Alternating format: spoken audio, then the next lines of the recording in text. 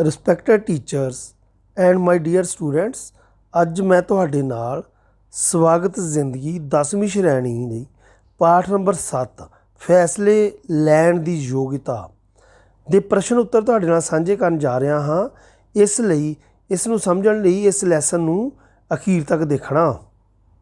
ਬੇਟੇ, ਸਭ ਤੋਂ ਪਹਿਲੇ ਇਸ ਵਿੱਚ ਦੱਸਿਆ ਗਿਆ ਹੈ ਕਿ ਭਵਿੱਖ ਲਈ ਕਿੱਤੇ ਦੀ ਚੋਣ ਕਿਵੇਂ ਕਰਨੀ ਚਾਹੀਦੀ ਹੈ। ਕਿੱਤਾ ਮਨਪਸੰਦ ਹੋਣਾ ਚਾਹੀਦਾ ਹੈ। ਇਸੇ ਕਰਕੇ ਲਿਖਿਆ ਹੈ, ਬੰਦਾ ਜਦੋਂ ਕਰੇ ਮਨ ਭਾਉਂਦਾ ਰੁਜ਼ਗਾਰ, ਆਪ ਰਹੇ ਖੁਸ਼ ਸੁਖੀ ਰੱਖੇ ਪਰਿਵਾਰ। ਜੀਵਨ ਨਿਰਵਾਹ ਕਰਨ ਲਈ ਹਰੇਕ ਵਿਅਕਤੀ ਨੂੰ ਕੋਈ ਨਾ ਕੋਈ ਕੰਮ ਕਰਨਾ ਪੈਂਦਾ ਹੈ। ਜਦੋਂ ਸਾਡੇ ਕੋਲ ਆਪਣੀ ਮਨਪਸੰਦ ਦਾ ਕੰਮ ਹੋਵੇ ਤਾਂ ਸਾਨੂੰ ਪੈਸੇ ਦੇ ਨਾਲ ਨਾਲ ਉਸ ਕੰਮ ਨੂੰ ਕਰਕੇ ਜੋ ਖੁਸ਼ੀ ਅਤੇ ਚਾਅ ਮਿਲਦਾ ਹੈ, ਉਸ ਵਰਗਾ ਹੋਰ ਕੋਈ ਆਨੰਦ ਨਹੀਂ। ਇਸ ਲਈ 10ਵੀਂ ਜਮਾਤ ਅਜਿਹਾ ਪੜਾਅ ਹੈ ਜਦੋਂ ਅਸੀਂ ਫੈਸਲਾ ਕਰਨਾ ਹੈ ਕਿ ਮੈਂ ਕਿਸ ਕਿੱਤੇ ਦੀ ਵੱਲ ਜਾਣਾ ਹੈ ਅਤੇ ਅੱਗੇ ਕਿਸ ਪੜ੍ਹਾਈ ਜਾਂ ਕਿਸ ਕੋਰਸ ਦੀ ਚੋਣ ਕਰਨੀ ਹੈ। ਸੋ ਪਿਆਰੇ ਬੱਚਿਓ, ਦੇਖਦੇ ਹਾਂ ਕਿ ਫੈਸਲਾ ਲੈਣ ਦਾ ਹੁਨਰ ਆਪਾਂ ਜੋ ਹੈ ਉਹ ਕਿਸ ਤਰ੍ਹਾਂ ਸਾਡੇ ਅੰਦਰ ਜਿਹੜਾ ਪੈਦਾ ਹੋਣਾ ਚਾਹੀਦਾ ਹੈ ਵਧੀਆ ਫੈਸਲੇ ਲੈਣ ਦਾ। ਇਹਦੇ ਬਾਰੇ ਇੱਕ ਤੁਹਾਨੂੰ ਕਹਾਣੀ ਸੁਣਾ ਕੇ ਗੱਲ ਸਾਂਝੀ ਕਰਦੇ ਹਾਂ। ਇੱਕ ਵਾਰ ਇੱਕ ਰਾਜੇ ਨੇ ਆਪਣੇ ਪੁੱਤਰਾਂ ਨੂੰ ਉਹਨਾਂ ਦੀ ਯੋਗਤਾ ਪਰਖਣ ਲਈ ਬੁਲਾ ਲਿਆ ਤਾਂ ਜੋ ਉਹ ਆਪਣੇ ਉੱਤਰਾਧਿਕਾਰੀ ਦਾ ਫੈਸਲਾ ਕਰ ਸਕੇ।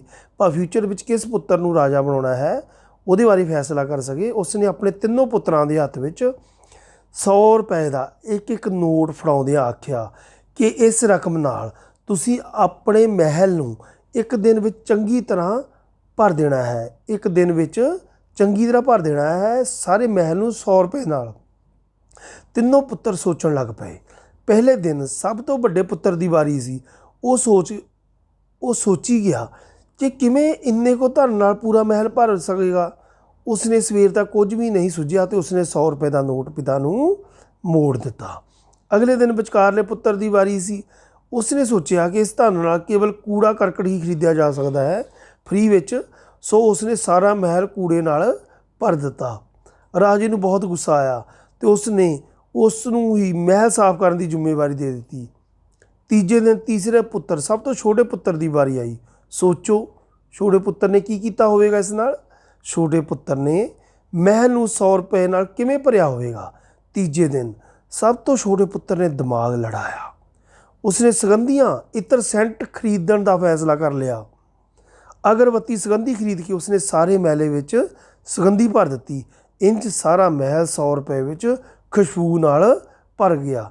ਰਾਜੇ ਨੇ ਉਸਦੇ ਸਹੀ ਫੈਸਲੇ 'ਤੇ ਉਸਨੂੰ ਇਨਾਮ ਦਿੱਤਾ ਅਤੇ ਮਨ ਵਿੱਚ ਸੋਚ ਲਿਆ ਕਿ ਇਸ ਨੂੰ ਆਪਣਾ ਮੈਂ ਫਿਊਚਰ ਦੇ ਵਿੱਚ ਇਸ ਨੂੰ ਰਾਜਾ ਬਣਾਵਾਂਗਾ।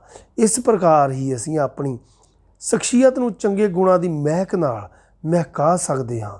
ਇਸ ਨਾਲ ਸਾਡਾ ਮਨ ਵੀ ਬੁਰੇ ਵਿਚਾਰਾਂ ਨਾਲ ਪਲੀਤ ਨਹੀਂ ਹੋਵੇਗਾ, ਸਗੋਂ ਗੁਣਾਂ ਨਾਲ ਸੁਗੰਧਿਤ ਹੋ ਜਾਵੇਗਾ।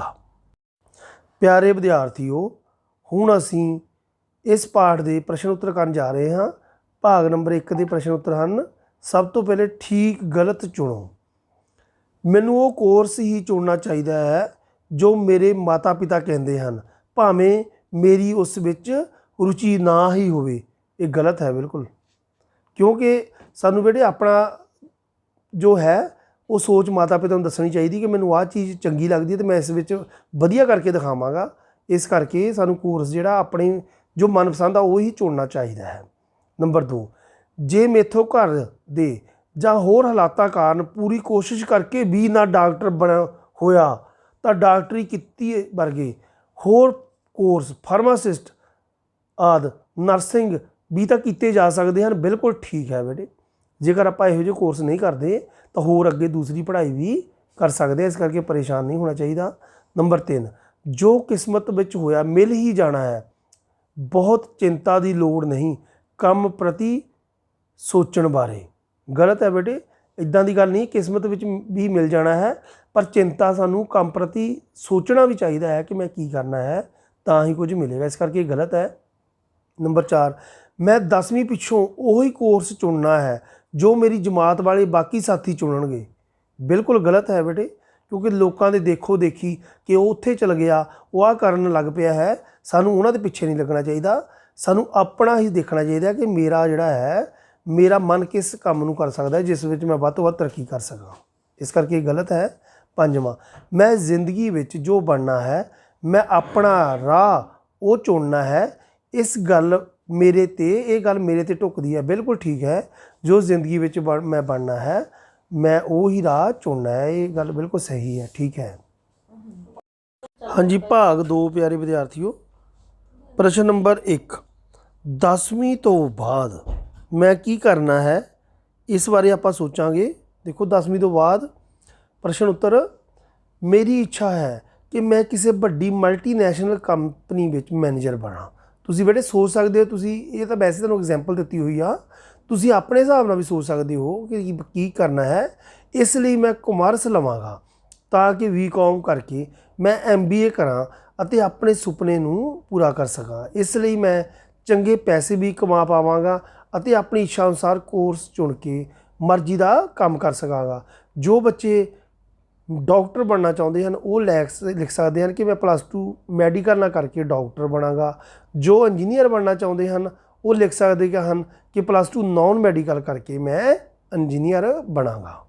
प्रश्न नंबर 2, अपने आले दुआले के लोगों के कुछ कित्तियां के नाम लिखो। हाँ जी, नंबर जिमें एक तो डॉक्टर, इंजीनियर, मैनेजर, कारपेंटर, सुनियारा, सरकारी नौकरी करने वाले, दुध बेचण वाले, करियाने की दुकान वाले, अध्यापक, प्रोफैसर, दुकानदार आदि। प्रश्न नंबर 3, मैनू किहड़ा काम करके वधेरे खुशी मिलती है। हाँ जी, इसका उत्तर है मैं किसी वड्डी कंपनी विच मैनेजर बनना चाहता हाँ। ਜਾਂ ਜਿਹੜਾ डॉक्टर बनना चाहता है डॉक्टर लिख सकता है, जो इंजीनियर बनना चाहता है इंजीनियर लिख सकता है, जो अध्यापक बनना चाहता है अध्यापक लिख सकता है। इस दा काम हुंदा है सारिਆਂ ਦੇ ਕੰਮ ਉੱਤੇ नज़र रखना। इस ਲਈ ਮੈਨੂੰ ਅਜਿਹਾ ਕੰਮ ਕਰਨ ਵਿੱਚ खुशी मिलती है जिस ਵਿੱਚ ਹੋਰਾਂ ਦੇ ਕੰਮ ਉੱਤੇ नज़र रखनी ਹੋਵੇ ਅਤੇ ਉਸ ਵਿੱਚ ਸੁਧਾਰ ਕਰਨ ਬਾਰੇ ਦੱਸਣਾ ਹੋਵੇ। अगला अभ्यास के पेज नंबर 58 वाला प्रश्न उत्तर, कई जटिल स्थितियों में फैसला लैण लई आम सूझ काम करती है। उदाहरण वजों विद्यार्थियों एक सवाल का जवाब देवे कि एक आदमी घर तो बाहर सी ਅਤੇ लगातार मीह ਵਿੱਚ ਭਿੱਜ ਰਿਹਾ ਸੀ। मीह ਪੈਣ ਨਾਲ ਉਸਦਾ ਸਾਰਾ ਸਰੀਰ ਗਿੱਲਾ ਹੋ ਗਿਆ ਸੀ। ਉਸ ਦਾ ਸਿਰ ਬਿਲਕੁਲ ਨੰਗਾ ਸੀ ਅਤੇ ਸਿਰ ਉੱਤੇ ਕੋਈ ਪੱਗ ਜਾਂ ਸਾਫਾ ਆਦਿ ਵੀ, ਟੋਪੀ ਅਜਿਹਾ ਕੁਝ ਵੀ ਨਹੀਂ ਸੀ ਜਿਸ ਨਾਲ ਉਹ ਆਪਣਾ ਸਿਰ ਗਿੱਲਾ ਹੋਣ ਤੋਂ ਬਚਾ ਲਵੇ, ਪਰੰਤੂ ਉਸ ਦਾ ਇੱਕ ਵੀ ਸਿਰ ਦਾ ਵਾਲ ਗਿੱਲਾ ਨਹੀਂ ਹੋਇਆ। ਇਹ ਕਿਵੇਂ ਸੰਭਵ ਹੋ ਸਕਿਆ ਹੈ। हाँ जी बेटे, इसका उत्तर ये भी हो सकता है कि उस आदमी के सिर उत्ते कोई बाल ही नहीं सी, वो पूरी तरह गंजा सी। अजिहे कई प्रश्न साडे रोज़ाना जीवन विच साडे सामने आ सकते हैं ते असीं अपनी समझ आम समझ नाल उन्हां दे उत्तर दे सकते हैं। हुण आपां पाठ आधारित प्रश्न उत्तर जो कि पेज नंबर 54 ते उहदे विच आ गतिविधि बारे गल करांगे।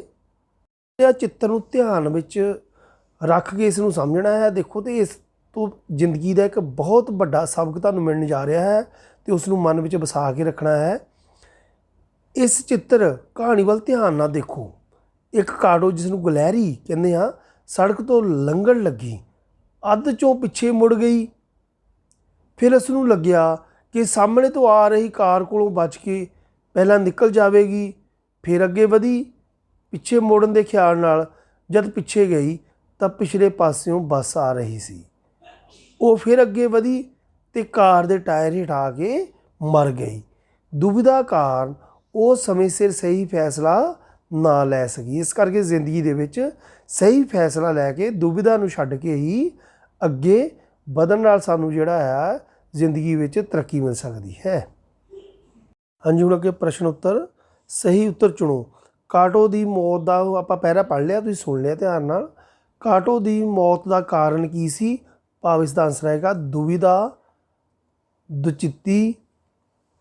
मौत का कारण की सी, कार सी कारण। काटो बच सकती सी, काटो बच सकती सी जे वो ਸਹੀ ਸਮੇਂ 'ਤੇ ਸਹੀ ਫੈਸਲਾ ਲੈ ਲੈਂਦੀ। ਜਮਾਤ ਵਿੱਚ ਚਰਚਾ ਕਰਕੇ ਅੱਗੇ ਦਿੱਤੀਆਂ ਸਥਿਤੀਆਂ ਵਿੱਚ ਜੋ ਵੱਧ ਸਹੀ ਫੈਸਲਾ ਸਾਹਮਣੇ ਆਵੇ ਉਸ ਨੂੰ ਲਿਖੋ।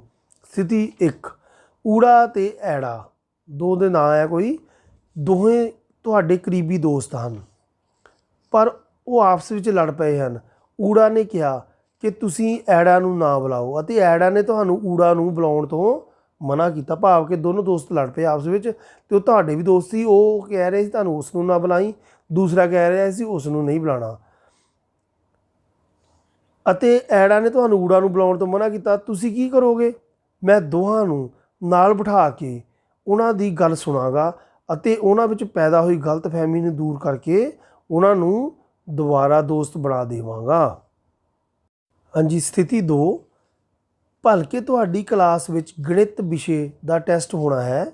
ਤੁਸੀਂ ਗਣਿਤ ਵਿਸ਼ੇ ਵਿੱਚ ਬਹੁਤ ਹੁਸ਼ਿਆਰ ਹੋ ਪਰ ਤੁਹਾਡੇ ਸਾਥੀ ਟੈਸਟ ਨਾ ਦੇਣ ਦਾ ਫੈਸਲਾ ਕਰ ਚੁੱਕੇ ਹਨ। ਤੁਸੀਂ ਕੀ ਕਰੋਗੇ?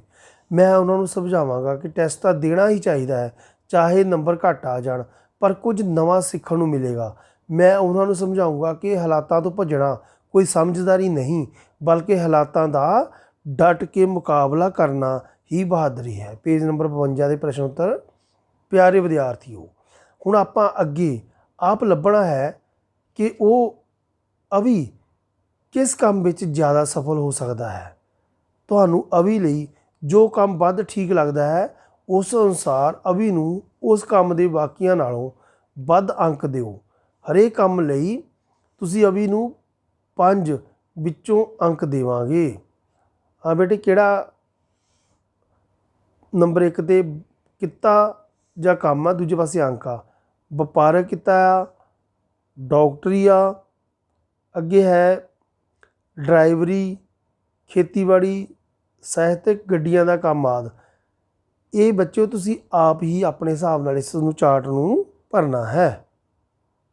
ਸੋ ਪਿਆਰੇ ਵਿਦਿਆਰਥੀਓ, ਆਪਾਂ ਇਸ ਪਾਠ ਵਿੱਚੋਂ ਇਹ ਸਿੱਖਣ ਦਾ ਯਤਨ ਕਰਨਾ ਹੈ ਕਿ ਜ਼ਿੰਦਗੀ ਦੇ ਵਿੱਚ ਕੋਈ ਵੀ ਜਿਹੜਾ ਆਪਾਂ ਕਿੱਤਾ ਚੁਣਨਾ ਹੈ ਜ਼ਿੰਦਗੀ ਦੇ ਵਿੱਚ ਉਸ ਨੂੰ ਬਹੁਤ ਸੋਚ ਸਮਝ ਕੇ ਅਤੇ ਫਿਰ ਦੁਵਿਧਾ ਛੱਡ ਕੇ ਉਸ ਨੂੰ ਦੀ ਚੋਣ ਕਰਨੀ ਹੈ ਅਤੇ ਉਸ ਲਈ ਸਖਤ ਮਿਹਨਤ ਕਰਨੀ ਹੈ। ਸੋ ਪਿਆਰੇ ਵਿਦਿਆਰਥੀਓ, ਇਹ ਤੁਹਾਡੇ ਨਾਲ 7th ਲੈਸਨ ਸਾਂਝਾ ਕੀਤਾ ਹੈ। 1 ਤੋਂ ਲੈ ਕੇ 7 ਜਿਹੜੇ ਲੈਸਨ ਤੱਕ ਤੁਹਾਡੇ ਨਾਲ ਮੈਂ ਸਾਂਝੇ ਕਰ ਚੁੱਕਿਆ ਹਨ। ਜੇਕਰ ਕਿਸੇ ਵਿਦਿਆਰਥੀ ਨੇ ਪਹਿਲੇ ਲੈਸਨ ਨਹੀਂ ਦੇਖੇ ਤਾਂ ਉਹ ਦੇਖ ਸਕਦਾ ਹੈ। ਨੈਕਸਟ ਲੈਸਨ ਹਨ 8ਵਾਂ 9ਵਾਂ ਅਤੇ 10ਵਾਂ, ਉਹ ਵੀ ਤੁਹਾਡੇ ਨਾਲ ਮੈਂ ਜਲਦੀ ਸਾਂਝਾ ਕਰਾਂਗਾ। ਇਸ ਲਈ ਮੇਰੇ ਇਸ ਚੈਨਲ ਨੂੰ ਜ਼ਰੂਰ ਸਬਸਕ੍ਰਾਈਬ ਕਰਨਾ ਹੈ, ਲਾਈਕ ਕਰਨਾ ਹੈ, ਸ਼ੇਅਰ ਕਰਨਾ ਹੈ ਅਤੇ ਆਪਣੇ ਸਾਥੀਆਂ ਨਾਲ ਵੀ ਇਸ ਨੂੰ ਸਾਂਝਾ ਕਰਨਾ ਹੈ ਤਾਂ ਕਿ ਉਹ ਵੀ ਇਸ ਦਾ ਵੱਧ ਤੋਂ ਵੱਧ ਲਾਭ ਉਠਾ ਸਕਣ। Thank you.